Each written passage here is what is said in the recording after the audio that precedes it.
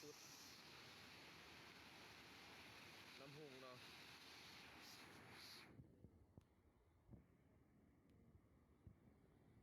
ถือว่าคืนเดียวเนาะล้นตะฟังเลยลำพุงตอนนี้เมืองธัญบุรีแขวงธัญบุรีเนาะปัจจุบันนี้ระดับน้ำพุงเนาะ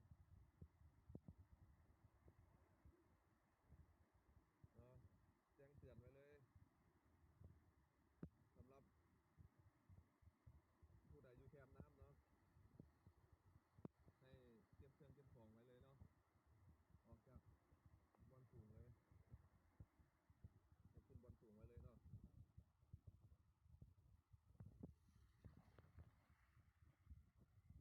เนาะอันนี้ฟังนี้คือว่าไหลเข้าท่วมเบิดแล้วเนาะตอนนี้คือว่าน้ำนี่แห้งไงเนาะเบิ้งนี่ถือว่าแห้งสมควรเนาะพูดนะสังเกตเบิ้งไม้ลอยมาเนาะระดับน้ำทางเหนือเนาะ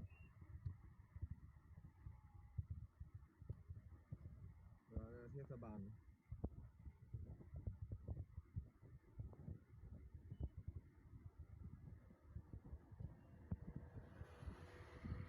ระดับเส้นทาง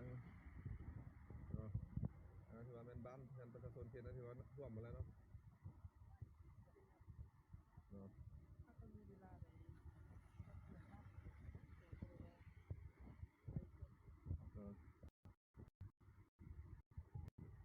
สำหรับบ้านกันอยู่ต่ำเนาะเตรียมเก็บเครื่องเก็บของไว้เลยผู้ใดอยู่เขตน้ำแคมน้ำเนาะเก็บเครื่องเก็บของขึ้นที่สูงไว้เลยเนาะจะปลอดภัยก่อนเนาะแล้วระดับน้ำตอนนี้อยู่เมืองธัญบุรีแขวงธัญบุรีเนาะอยู่เทศบาลเลยตอนนี้อยู่เดินทางเลยเนาะขวน้ำพุงเนาะอันนี้ถือว่าเนาะงาไม้งาต่อขัดฟ้าเนาะเดี๋ยวแอดมินจะแจ้งเป็นระยะเนาะระดับอยู่น้ำอยู่ธัญบุรีมือนี้เนาะ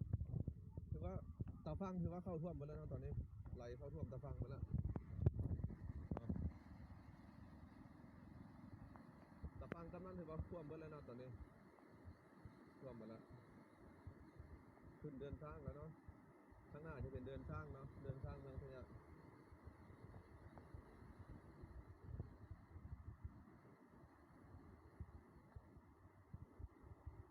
อันนั้นเป็นตลาดมืดเนาะเป็นตลาดแคมน้ำล้นตะฟังไปแล้วแอดมินมามือสวยมือคืนนี้2 โมงกลางคืนถือว่ายังบ่ป่านนี้เนาะระดับน้ำยังอยู่ไกลอยู่ขอบอยู่เนาะสังเกตเบิ่งแล้วตัวนั้นน่ะ